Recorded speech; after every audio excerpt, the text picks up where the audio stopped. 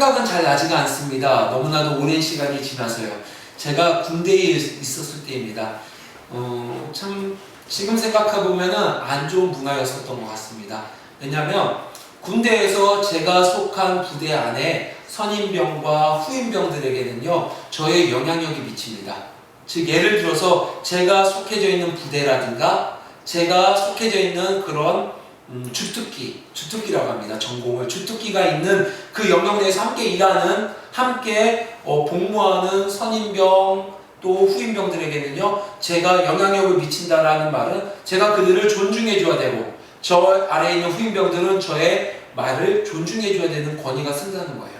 즉 제가 있는 부대 내에서만 저보다 나이 많고 저보다 고참인 병장, 상병들은요, 제가 대우를 해주는 것입니다. 예를 들어서 제가 이등병일 때, 김상병님, 장병장님, 제가 이렇게 대우를 해주고, 제 아래에 있는 저보다 이렇게 직급이 낮은 이등병에게는요, 제가 말도 이렇게 반말을 할 수 있고, 제가 어떤 사소한 일도 시킬 수가 있습니다. 그런데 안 좋은 문화가 무엇이냐면, 저랑 관련이 없는 옆부대에 있는 사병들에게, 저는 그들에게는 김병장님, 김상병님이라고 말을 해야 되는데 군대 내에서 문화는 나하고는 상관이 없는 사병들에게는요 이런 호칭을 썼습니다. 아저씨.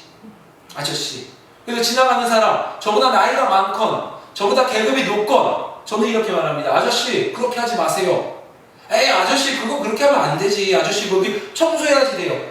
안 좋은 문화입니다. 교본에도 아저씨라는 말을 쓰지 말라고 되어 있습니다. 그런데 그 문화가 바뀌어지기까지는 참 어려운 것 같습니다. 지금은 어떤지는 모르겠습니다. 하지만 제가 있었을 때는 저하고는 상관이 없는 사람들에게는요 아저씨라는 말을 했고 그 사람들이 저에게 명령을 내릴 수도 없고 저 역시 그들에게 저보다 직급이 낮다 할지라도 제가 그들에게 부탁을 할 수가 없는 구조였습니다. 왜냐하면 저는 제가 속한 부대 내에서만 영향력을 발휘할 수 있고 영향력을 받기 때문입니다. 다시 말해서 군인은 군대 안에서만 영향력을 발휘하고 받을 수 있습니다. 오늘날 이 사회에 나와서 어떠한 장성이, 예를 들어서 우리가 잘 알고 있는 스타라고 하죠. 별을 들고 있는 높은 군대의 지휘관이 저에게 와서 장명환 목사님 여기서는 그렇게 하면 안 됩니다. 이렇게 하지 말아주세요 라고 저한테 명령을 내리면 저는 그들의 명령을 들을 필요가 없습니다. 왜냐하면 저는 군인이 아니기 때문입니다. 어떠한 대위라든가 높은 직급이 온다 할지언정 저에게는 어떠한 구속력도 발휘할 수가 없습니다. 저는 군인이 아니기 때문입니다. 저희 마찬가지입니다. 길가진리교회 식구들도 마찬가지입니다. 우리 길가진리교회 식구일 때야만 제가 무엇을 권면했을 때 듣는 것이지 다른 교회 사람들, 타 교회 사람들은요 제가 말을 할 때 제 영향력이 그들에게 발휘되지가 않습니다. 왜냐? 길가진리교회라는 공동체에 소속되어 있지 않기 때문입니다. 왜 제가 이 말을 하냐? 우리는 예수님께 소속되어져 있습니다. 예수님께 속해되어져 있습니다. 아멘? 믿으십니까? 우리는 예수님께 속해져 있습니다. 그렇기 때문에 예수님의 명령, 예수님의 말씀이 우리에게 영향력을 발휘하게 되는 거예요. 내가 예수님에게 소속되어 있지 않고 내가 예수님께 속해 있지 않다라고 생각하시는 분들은요 예배 나오지 않으셔도 돼요.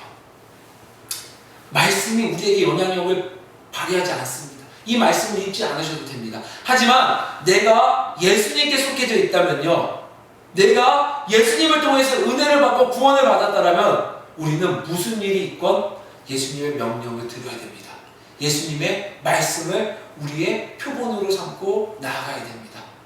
군대 내에서는요, 전시에서 군인의 그 상관의 명령을 듣지 않으면요, 전시에서는요, 죽을 수도 있습니다. 죽어도 군법에는 넘어가지 않습니다. 그만큼 명령은 절대적입니다. 오늘 왜 제가 이 군대 이야기를 했느냐? 여자들이 제일 싫어하는 얘기가 군대에서 축구한 얘기라고 합니다. 우리 청년들 잘 들으셔요. 어디 나가서 군대 얘기하면 안 돼요. 청년 축구한 얘기하면 안 돼요. 그런데 제가 왜 이야기를 하느냐? 우리는 예수님께 소속되어져 있기 때문에 예수님의 명령 아래 지금은 우리 눈에 보이지 않는다 할지라도 지금도 여전히 유효한 그 명령이 우리에게 발휘되고 있고 유효하고 있기 때문입니다. 오늘 히브리서 2장 1절로 4절의 말씀은 지난 시간에 걸쳐서 1장을 통해서 예수님이 어떠한 분인가, 예수님이 누구인가 라는 말씀을 1장을 통해서 우리가 잘 살펴보았어요. 히브리서 말씀은 예수님은 누구인가, 그리고 예수님이 우리에게 어떤 명령을 하셨는가, 그리고 나서 예수님이 우리에게 어떤 은혜를 주셨는가라는 구조로 계속해서 반복되고 있어요. 그 반복되는 구조 가운데 오늘 히브리서 2장 1절로 4절 말씀은 저와 우리 가족들에게 주시는 예수님의 명령입니다. 예수님에게 소속되지 않은 사람들은, 예수님에게 소속되지 않은 자녀들은 이 명령을 들을 필요가 없어요. 이 명령이 유효하지도 않아요. 하지만 오늘 저와 우리 가족들은 예수님께 소속되어져 있기 때문에 이 명령이 우리의 나침반입니다. 나침반이 없으면요, 사막에서 길을 잃을 수밖에 없습니다. 내비게이션이 없으면요, 우리는 내가 원하는 목적지에 처음 가는 곳이라면 길을 찾아갈 수가 없습니다. 여러분, 신앙으로 우리가 주님 앞에 온전히 쓰고 우리 함께 기도했던 것처럼 하나님과 예수님이 기뻐하는 그런 예배자로서 쓰길 원한다면 오늘 예수님의 그 명령이 어떠한 내용인지를 잘 새겨서 그 명령대로 반응할 수 있는 저와 복된 우리 길가진례교회 가족들이 되기를 주의 이름으로 소망합니다. 아멘. 히브리서 말씀을 통하여서 우리가 반드시 기억해야 할 명령을 2장 1절에서 우리에게 말씀해 주시고 있습니다. 우리 2장 1절 말씀을 함께 읽어볼까요? 시작! 그러므로 우리는 들은 것에 더욱 유념함으로 우리가 흘러 떠내려가지 않도록 함이 마땅하니라. 아멘. 그러므로라는 말씀은 히브리서 1장 말씀을 통하여서 예수님이 어떠한 분인가를 다시 한번 잘 기억했다면, 예수님이 처음 믿었을 때 그 예수님이 어떠한 분인가를 너희들이 기억하고 다시 한번 상기가 되었다면은 이제는 우리는 들은 것에 더욱 유념하라는 것입니다. 여기 들은 것이 무엇입니까? 히브리서 1장 2절에서 말씀해 주시고 있습니다. 이 모든 날 마지막에는 아들을 통하여 우리에게 말씀하셨으니, 아멘. 예수 그리스도를 통하여서 우리에게 말씀해 주신 그 복음, 예수님이 우리에게 와주셔서 하나님의 나라를 그 선포하신 그 내용, 예수님을 통하여서 우리에게 들어온 그 하나님의 나라, 그 나라가 우리 귀에 들렸다면은 들은 것으로 끝나는 것이 아니라 많은 신앙인들이 들었기 때문에, 들은 것에서 끝났기 때문에 여전히 더 매력적인 것, 더 나를 기쁘게 하는 것으로 돌아갔습니다.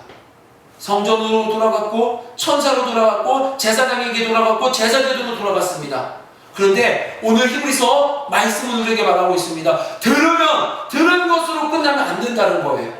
들었다면은 들은 것에 더욱 유념함으로. 아멘. 유념하다는 말씀은 성경적 그 그리스어 헬라 사전을 보면요, 특정한 신념을 확고히 붙잡았다는 거예요. 즉, 그 말씀을 확고히 붙잡았다라는 그 유념함을 우리가 기억해야 되는데, 거기서 끝나는 것이 아니라 부사가 하나 붙었습니다. 더욱. 말씀을 들은 것에 유념하면 안 되고요, 말씀을 들은 것에 더욱 유념함으로. 더욱이라는 것은요, 평상시 내가 확고히 붙잡은 힘보다 내가 낼 수 있는 더 힘을 짜내서 붙잡으라는 의미입니다. 즉, 우리가 들은 것을 붙잡아야 되는데 그 붙잡은 것을 어느 정도의 힘으로 붙잡는 것이 아니라, 내가 평상시 조금 지쳐서 내가 이만큼만 하면 되겠지라고 하는 생각에 더하여서 조금만 더 힘을 내서 붙잡으라는 것입니다. 그렇게 붙잡지 않으면은 자연스럽게 2장 1절의 말씀처럼 우리가 흘러 떠내려갈 수 있다라고 말씀해 주시고 있는 것입니다. 요새 저는 신문을 구독해서 보고 있습니다. 참 아날로그틱하죠. 몇몇 사람들은 제가 신문을 본다고 하니까 저보고 왜 신문을 보냐고 합니다. 인터넷에 뉴스가 검색하면 나오고 더 빠르게 나오게 되고, 또 인터넷에 이렇게 뉴스를 볼 수 있는데 뭐 따로 굳이 시간을 들여서 돈을 들여서 신문을 보냐는 것입니다. 그런데 제가 그런 이유에도 불구하고 신문을 구독하는 이유는 제가 생각하고 또 그 생각한 것이 내 삶 가운데서 열매 맺기 위해서 신문을 읽게 되었습니다. 많은 사람들이 인터넷을 통해서 신문이나 책을 읽는다라고 생각합니다. 그런데 많은 인터넷의 자극적인 것들이 우리 뇌를 어느 순간 둔화시켰어요. 그래서 우리가 어떤 인터넷 뉴스를 보거나 인터넷에 있는 책을 보게 되면요, 뇌는요 그것을 읽는다라고 인식하지 않습니다. 본다라고 인식을 합니다. 그래서 시간이 많이 지나게 되면요, 우리가 자극적인 화면은 내 뇌에 남아있지만 우리가 어떻게 보고 유익했었던 그 내용들, 사설들은요, 내 머릿속에 기억에 남지 않고 휴지통에 다 들어간 것처럼 된 것은 바로 우리가 읽는 것이 아니라 생각하는 것이 아니라 본다라고 뇌가 인지하고 있기 때문입니다. 우리가 더 많은 정보에 노출되고 무엇을 많이 읽었다라고 생각하지만 정작 내 안에 남는 게 없기 때문에 제가 시간을 들여서 신문을 하나 다 보려면요, 한 시간 내 시간? 1시간 반 정도의 시간이 흘러갑니다. 그 시간을 들여서라도 제가 더 이렇게 읽기를 원하는 것은 바로 내 안에 뭔가 남기를 원하기 때문입니다. 뭔가 그 사건을 보고 상황을 보고서 뭔가 조금 더 많은 생각을 하기를 원하기 때문입니다. 복음도 마찬가지입니다. 우리가 일반적인 생각으로 붙잡을 수 있는 그 정도의 힘을 내서는요, 우리의 신앙은요, 흘러 떠내려갈 수밖에 없습니다. 그래서 성경은 우리에게 말씀해 주시고 있는 거예요. 우리가 복음을 들었다면 더욱 유념함으로 더 확실히 붙잡지 않는다면은 우리가 자연스럽게 그 복음에서 흘러서 떠내려갈 수밖에 없다라고 말씀해 주시고 있는 것입니다. 오늘 이 흘러 떠내려간다는 단어는요, 항구에서 배를 묶어놓은 그 선이 풀리면 조금씩 항구에서 멀어지는 그 단어를 의미하고 있습니다. 항구에 묶어놓은 그 배가 선이 풀어져서 조금씩 멀어져서 항구에서 멀어져서 우리 눈에 사라지게 되면 어떻게 됩니까? 배를 찾을 수가 없게 됩니다. 그렇다면 그 배의 선주는 많은 손해를 보게 됩니다. 그때 당시에 그 배라는 것은요, 엄청난 부를 의미하는데 그 배를 내가 잃어버린다? 아마 그 가족과 그 가문이 엄청난 어려움을 봉착하게 되는 결과를 초래하게 됩니다. 그 손해가 얼마나 큰지 히브리서 설명은 그 단어를 가지고 와서 우리에게 말씀해 주시고 있는 것입니다. 마치 그 손해가 얼마나 큰지 우리가 하나님을 보고 이렇게 하나님을 오해할 수 있도록, 하나님이 진짜 이런 하나님이야? 하나님은 사랑의 하나님 아니야? 근데 어떻게 나한테 이렇게 할 수 있어? 어떻게 나한테 이렇게 손해를 끼칠 수 있지? 하나님을 믿으면 내가 더 잘 돼야 되고 하나님을 통해서 더 많은 복을 받아야 되는데 왜 내 상황은 더 이렇게 되지? 라는 의문과 생각이 들 수 있을 정도로 하나님께서는 오늘 이 단어를 끌어와서 우리에게 말해주고 있는 것입니다. 2절과 3절 말씀을 한번 읽어보겠습니다. 2절과 3절 말씀 시작. 천사들을 통하여 하신 말씀이 견고하게 되어 모든 범죄함과 순종하지 아니함이 공정한 보응을 받았거든 우리가 이것이 큰 구원을 등한히 여기면 어찌 그 보응을 피하리요. 이 구원은 처음에 주로 말씀하신 바요 들은 자들이 우리에게 확증한 바니. 아멘. 오늘 2절에 천사들을 통하여서 하신 말씀은 구약의 율법입니다. 사도행전 7장 53절에 이렇게 기록이 되어 있습니다. 너희는 천사가 전한 율법을 받고도 지키지 아니하였도다 하니라. 아멘. 천사들을 통하여서 우리에게 주어진 그 율법을 받았는데 그 율법이 우리 안에 지켜지는 것이 아니라 오히려 범죄함과 순종하지 않은 결과물을 내었고 그 결과물로 말미암아 우리 앞에는 공정한 보응을 받는 열매가 드러나지게 되었다는 거예요. 여러분, 당시 율법에 대한 생각은 우리가 생각하는 인식과는 조금 다릅니다. 그들에게 율법은 하나님의 말씀은 하나님 그 자체입니다. 특별히 하나님이 천사를 통해서 주신 그 율법을 범죄하고 순종하지 않는다? 특별히 그 순종하지 않는다라는 단어는요, 우리 그 말 앞에 전제되어 있는 의미가 있는데 듣기를 거절한다는 의미가 전제되어 있습니다. 그 소중하고 그 하나님처럼 여기는 율법을 이스라엘 백성들이 듣기 싫어했고 순종하지 않았다? 엄청난 일이죠. 그 하나님처럼 여기는 것을 내가 어떠한 계기를 통해서 어떠한 이유를 통하여서 순종하지 않았다. 그 천사가 준 율법조차도 순종하지 않고 내가 듣지 않았는데 심판을 받았다는 것을 너희들이 기억하고 있지? 그것을 기억하고 있는데 지금 오늘 우리에게 더 크신 예수님이 주신 말씀을 우리가 그 명령을 듣지 않는다면 어떻게 되겠느냐라고 오늘 성경은 저에게 오히려 질문을 해주고 있는 거예요.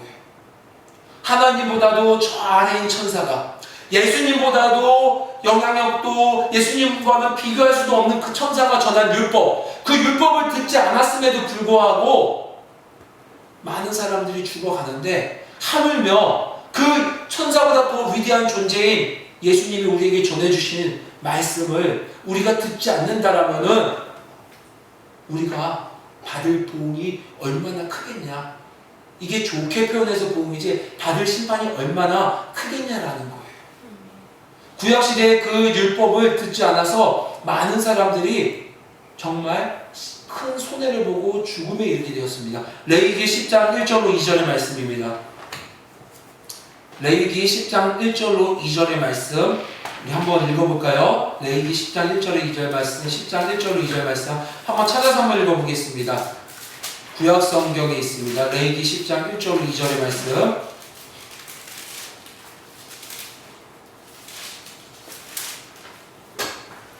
읽겠습니다. 시작. 아론의 아들 나답과 아비후가 각기 한 물을 가져다가 여호와께서 명령하시지 아니하신 다른 물을 담아 여호와 앞에 분향하였더니 불이 여호와 앞에서 나와 그들을 삼킴에 그들이 여호와 앞에서 죽은지라. 아멘. 여러분, 제사장이라 할지라도요, 아무리 직급이 높다 할지라도요, 하나님 앞에서는요 누구나 공평하고 누구나 일반적입니다. 오늘 아론의 아들 나답과 아비후가 하나님이 정한 그 불, 하나님이 명한 그 명령을 지키지 않고 내가 생각하는 불을 드렸어요. 내가 생각하는 다른 불을 드렸다고 해서 뭔가 안 좋은 것, 뭔가 그 전에 있었던 불보다 문화적으로 떨어진 것을 드렸다고 생각하시면 안 돼요. 하나님이 얼마나 위대한지를 아시는 분들이기 때문에 그들이 더 좋은 것을 드리기 위해서, 그들 생각에는 좀 더 이렇게 드리면 좋지 않을까 하는 생각으로 다른 불을 여호와 앞에 드렸습니다. 하나님의 명령은 분명히 A라는 것을 명령했는데 내 생각대로 B라는 것을 지켰어요. 세상의 관점에서 와, 너 되게 센스티브하다. 와, 문화적으로 되게 앞서고 있구나. 그래, 우리 그래도 그렇게 해야겠지. 세상은 그렇게 인정해 줄지 모릅니다. 하지만 성경에서 분명히 이렇게 말씀해 주시고 있습니다. 불이 여호와 앞에서 나와 그들을 삼킴에 그들이 여호와 앞에서 죽은지라. 아멘.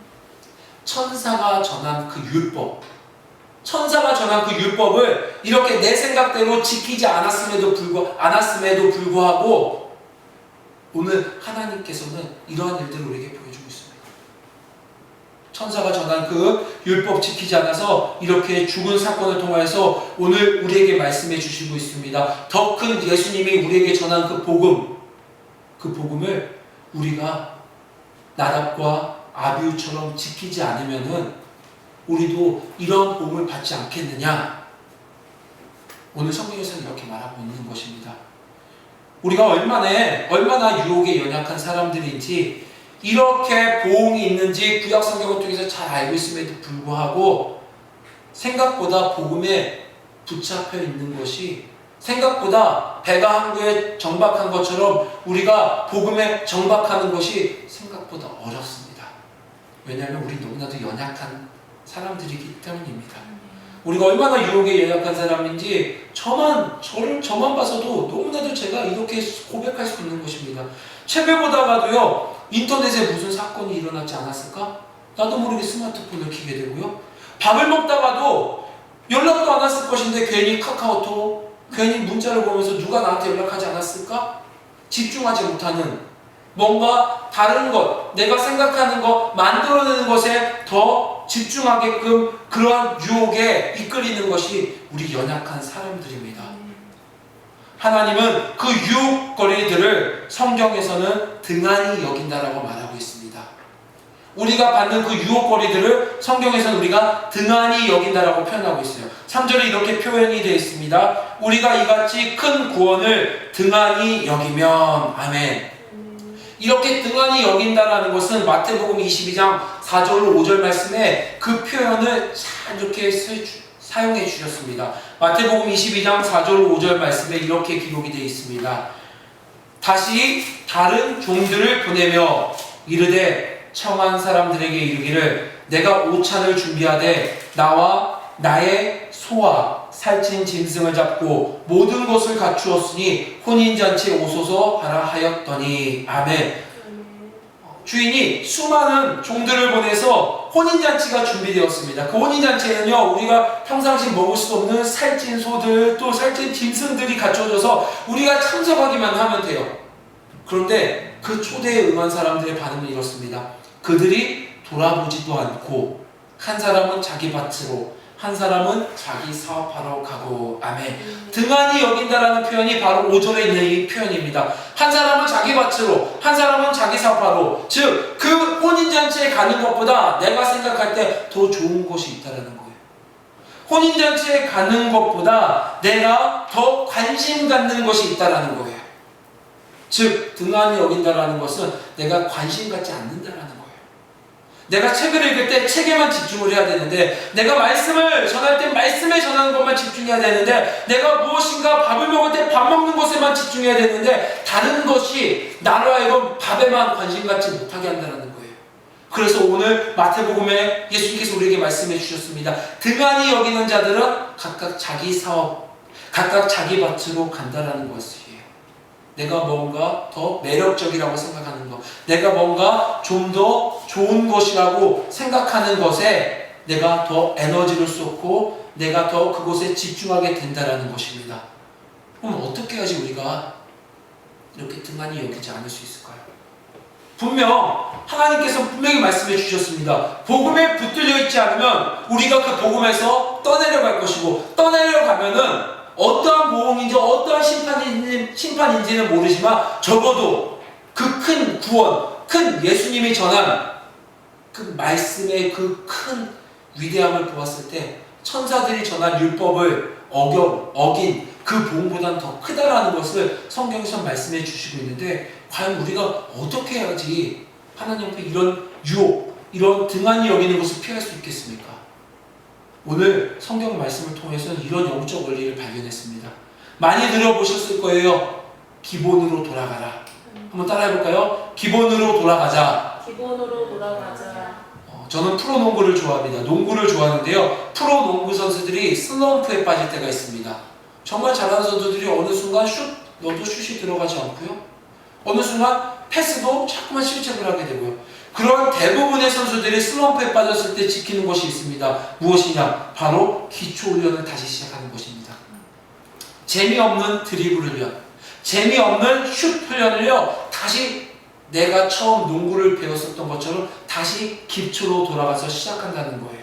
화려한 스킬을 연습하는 것이 아니라, 어떠한 짜여진 팀 훈련을 연습하는 것이 아니라, 나 혼자 조용히 아무도 없는 그 시간에 혼자서 드리블을 연습하고 혼자서 슛 연습을 하는 기본으로 기초로 돌아갑니다. 그렇게 되면요, 어느 순간 자신의 무너졌던 폼과 슬럼프에 빠졌던 모습은 잊어버린 것처럼 없어지게 되고 원래의 실력으로 돌아오게 됩니다. 오늘 성경에서 우리가 등한히 여길 수밖에 없는 그런 영적인 상태에서 우리가 견고히 복음에 붙어있는 방법은요, 우리가 그 복음이 처음 우리에게 어떻게 주어졌는지를 깊이 생각하고 그 주어진 은혜를 붙잡아야 됩니다. 성경에서 그 은혜를 말씀해 주시고 있습니다. 첫 번째, 성경으로 돌아가야 합니다. 3절 말씀 우리 다시 한번 읽어볼까요? 3절 말씀 시작. 우리가 이같이 큰 구원을 등한히 여기면 어찌 그 보응을 피하리요. 이 구원은 처음에 주로 말씀하신 바요. 아멘. 이 구원은 분명히 들은 것에 대해서, 들음으로 우리가 하나님 앞에 나아갈 수 있고 변화될 수 있는 것에 대해서 오늘 히브리서 말씀은 구원이라고 표현해 주시고 있습니다. 이 구원은 처음에 주로 말씀하신 바요. 예수님께서 우리에게 말씀해 주심으로 우리 안에 구원이 들어왔다는 것입니다. 마가복음 1장 15절에 이렇게 말씀하고 있습니다. 이르시되 때가 찼고 하나님의 나라가 가까웠으니 우리는 회개하고 그 복음을 믿으라. 예수님이 공생 시작하시면서 처음 해주신 말씀이에요. 그 복음을 우리가 들었습니다. 처음에 우리가 주님께서 주신 그 말씀, 그 내용, 구약에서 말하는 그 하나님의 나라가 이제 예수님으로부터 들어왔다는 그 복음을 우리가 믿으라는 거예요. 그러니 우리가 말씀을 안 낼 수가 없습니다. 우리가 성경으로 돌아가지 않을 수가 없는 거예요. 기억하라는 거예요. 처음 우리에게 주어진 그 복음 누구에게 들었냐? 바로 예수님을 통해서 그 복음을 들었는데 영적 슬럼프에 빠진 자들에게 등한히 여길 수밖에 없는 신령을 가진 우리들에게 말하는 거예요. 처음에 주로 말씀하신 그 말씀을 다시 한번 깊이 생각하라는 거예요. 그 말씀이 어디 기록되어 있습니까? 목사의 입을 통해서요? No. 바로 성경에 기록이 되어 있습니다. 성경이 예수님이 무엇이라고 말씀하셨습니까? 성경이 우리에게 예수님을 통하여서 전한 하나님의 나라가 어떻게 기록이 되어 있습니까? 그것을 다시 성경으로 돌아가서 기억하라는 거예요.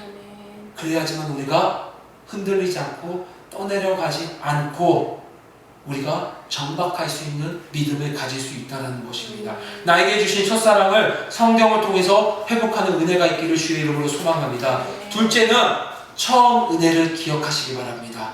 3절 하반절에 이렇게 기록이 되어 있습니다. 들은 자들이 우리에게 확증한 바니 아멘. 복음을 처음에 주님께서 말씀하신 그 복음을 들었고 그 이후에는 어떻게 들었습니까? 들은 자들이 우리에게 확증한 바니. 여기에서 들은 자는 누구입니까? 사도들 혹은 사도들을 통해서 복음을 만난 사람을 말합니다. 오늘날로 표현하면 믿음의 선배들을 말하고 있는 것이죠. 믿음의 선배들이 나에게 복음을 전해준 거예요. 생각해 보세요. 우리는 모두 누군가에게 복음을 듣고 교회에 왔습니다. 때로는 그 복음을 아버지가 전해주신 것일 수도 있고, 때로는 내 친구가 전해주신 것일 수도 있고, 때로는 어떠한 사역자가 노방전들을 처음 내가 받은 그 은혜를 기억하라는 것입니다. 그 복음이 나에게 준 첫사랑을 기억할 때, 처음 예수님이 나에게 다가와 주신 그 은혜의 사건을 기억할 때, 처음 내가 죄인임을 고백하는 그 은혜의 사건을 기억할 때 우리가 영적 슬럼프를 벗어날 수 있다는 거예요. 더 나아가서는요, 우리가 그렇게 복음을 전함받아서 그 은혜의 때를 추억하는 믿음을 가졌다면 이제는 우리가 그 복음을 전할 수 있는 들은 자들이 되기를 주의 이름으로 소망합니다. 사람들이 들은 자 되기는 원하지 않아요. 들은 자 되기는 원하지 않아요. 내가 받은 그 은혜에만 만족하고 나만 신앙생활을 잘하면 된다고 생각하세요. 그런데 성경은 우리에게 말하고 있습니다. 내가 먼저 들었다면 우리들도 들은 자가 되어야 된다고. 그 복음을 전하는 나팔이 되어야 된다고. 다른 어떠한 누군가에게 내가 누구를 통하여서 길가제리 교회를 통하여서 내가 아무개를 통하여서 이 복음을 들었어. 내가 힘들었을 때 맞아, 그 처음 내가 정말 죄인이고 낙심하고 낭망할 수밖에 없는 상황 가운데 그 형이 전해준 복음, 우리 아빠가 전해준 그 복음이 내 안에 들어왔을 때 뭔가 새로운 세계를, 뭔가 조금 움찔움찔 움직이는 걸 경험했어. 그런 복음을 전할 수 있는 단계까지 나아갈 수 있는 저와 우리 가족들이 되기를 주의 이름으로 소망합니다. 세 번째, 하나님과 성령님의 은혜를 사모하시길 바랍니다. 4절 말씀입니다. 함께 읽어보겠습니다. 4절 말씀 시작. 하나님도 표적들과 기사들과 여러 가지 능력과 및 자기의 뜻을 따라 성령이 나누어 주신 것으로서 그들과 함께 증언하셨느니라. 아멘. 예수님의 복음을 전하는데 도우신 분들이 나타납니다. 바로 하나님과 성령님이십니다. 성삼위 하나님께서 연합해서 그 복음을 증언하시는데, 그런데 그때 때로는요, 표적, 기사, 능력이 나타나고 때로는 성령의 은사들을 통하여서 예수님의 전한 복음이 더 믿어지게 된다는 것입니다. 이런 하나님의 은혜는 아직도 우리 곁에서 일어나고 있어요. 여러분 다 경험해 보시지 않으셨어요? 내가 예수님 믿었는데 이런 놀라운 일들을 경험하게 되었고, 일어날 수 없는 상황인데 이런 일들이 하나님의 은혜로 일어나게 되었어. 이런 고백. 제가 오늘 군대의 예화로 서두를 시작한 것을 기억하신 것처럼 또 군대에서 있었던 일입니다. 신앙이 아주 얇고 신앙이 막 시작했을 때였습니다. 그런데 왜 그랬는지는 모르겠는데 하나님께서 11조를 드리라는 마음을 주시더라고요. 이등병 월급 한 달에 10,000원도 안 되는 8,900원 정도 되는 그 11조를요, 하나님이 11조를 내라는 마음을 주시는 거예요. 이등병이면 신앙생활을 하기도 어려운데 어떻게 했을까요? 지난해는 믿음보다는 8,900원 없어도 살겠지, 그래 근데 한번 해보자는 마음을 주셔서 정말 8,900원을 봉투에다 넣어서 그때 제가 교회를 마음대로 갈 수 없는 상황이었기 때문에 제가 다니고 있는 모교에 봉투를 보냈어요. 편지를 써가지고. 근데 아마 그게 유실된 것 같아요. 못 받았어요. 저희 아내에게 보냈는데 아내가 못 받았다고 하더라고요. 아마 그 돈이 있어서 아마 중간에서 누가 가르치는 것 같아요. 그래서 8,900원이라는 돈을 11조를 보냈어요. 그럼 뭐 살만하죠. 군대에서 돈이 없어서 살 수 있으니까. 그런데 일주일 뒤에 어떤 일이 벌어졌냐면 연락도 잘하지 않는 제 아주 어렸을 때부터 친구인 동필이라는 친구인데 그 친구가 저에게 편지를 보내왔어요. 야, 잘 지내고 있냐? 군대 생활 힘들진 않냐? 그래, 힘내고 잘 지내라. 그런데 그 봉투에 편지를 딱 여는 순간 얼마가 들어있었냐면 10,000원짜리가 들어있었어요. 여러분 놀라지 않으세요? 왜냐면 저는 그때 너무나도 놀란 거예요. 신앙이 아주 얇고 예수님이 어떤 분인지 잘 몰랐던 상황 가운데 11조를 내야 된다라고 그전 교회에서 어떤 집사님이 저에게 얘기를 해줘서 그래 한번 내볼까? 하나님한테 내야지라고 했을 때 하나님께서 그 내 친구의 마음을 움직여 주셔서 그 친구는 예수님을 믿지도 않는 친구예요. 그 도구를 통해서 저에게 10,000원이라는 것을 통해서 제가 그 군대 기간 동안 많은 신앙에 어려움들이 있었음에도 불구하고 핍박이 있었음에도 불구하고 지킬 수 있는 힘이 되었습니다. 오늘 하나님께서는요 우리에게 말씀해 주시고 있는 것입니다. 때로는 우리가 신앙생활 가운데 말씀과 기도뿐만 아니라 하나님께서 이렇게 초자연적으로 표적, 기사, 능력, 성령의 은사들을 부어주실 때가 있어요. 지금도 병든 자가 고침받고 있고요. 지금도 도저히 해결되지 않을 것 같은 문제들이 하나님의 방법으로 우리는 손을 놨음에도 불구하고 하나님의 방법으로 그 문제들이 해결되어지고 있습니다. 성령님의 능력으로 수많은 사람들의 마음들이 씻음받고 해결되어지고 우울증들이 고침받고 있습니다. 그런데 기억해야 될 것은요 그 성령의 능력과 표적들이 향하고 있는 포인트가 어디냐는 거예요. 그 도구인 목사, 그 도구인 권사, 장로, 집사, 오늘 성경에서는 우리에게 분명히 말씀해 주시고 있습니다. 그 표적과 기사들이 나타난 것은 다름이 아니라 예수님이 전한 복음이 드러나지기 위하여서 우리 가운데 심겨진 그 예수님의 복음이 더욱더 견고하게 되어서 우리가 흔들려지지 않을 수 있도록 예수님만이 드러나지도록 예수님만이 목적이 되어지도록 때로는 하나님께서 표적과 기사와 성령의 능사들을 우리에게 이렇게 나타내 주신다는 거예요. 그 은혜들을 누리셨습니까? 그러면은 마침표로 끝내지 마시고요. 지금도 여전히 유효하십니다. 성령님의 능력과 표적과 기사들. 여러분 저와 우리 가족들이 이곳에서 예배드리는 것 자체가 기적이에요. 어떻게 우리 가운데 보이지 않는 예수님이 믿어지세요? 저는 이게 기적 중에 기적이라고 생각합니다. 그것이 주님 앞에 쓸 때까지 견고해지는 것, 그 표적과 그 하나님의 능력을요 늘 사모하시길 소망합니다. 오늘 성경은 말씀해 주시고 있는 거예요. 영적 술렁패에 빠졌냐? 그러면 처음에 아주 우리가 초창기 복음을 들었을 때 놀라운 그 표적들과 그 은혜들을 생각해 보라는 거예요.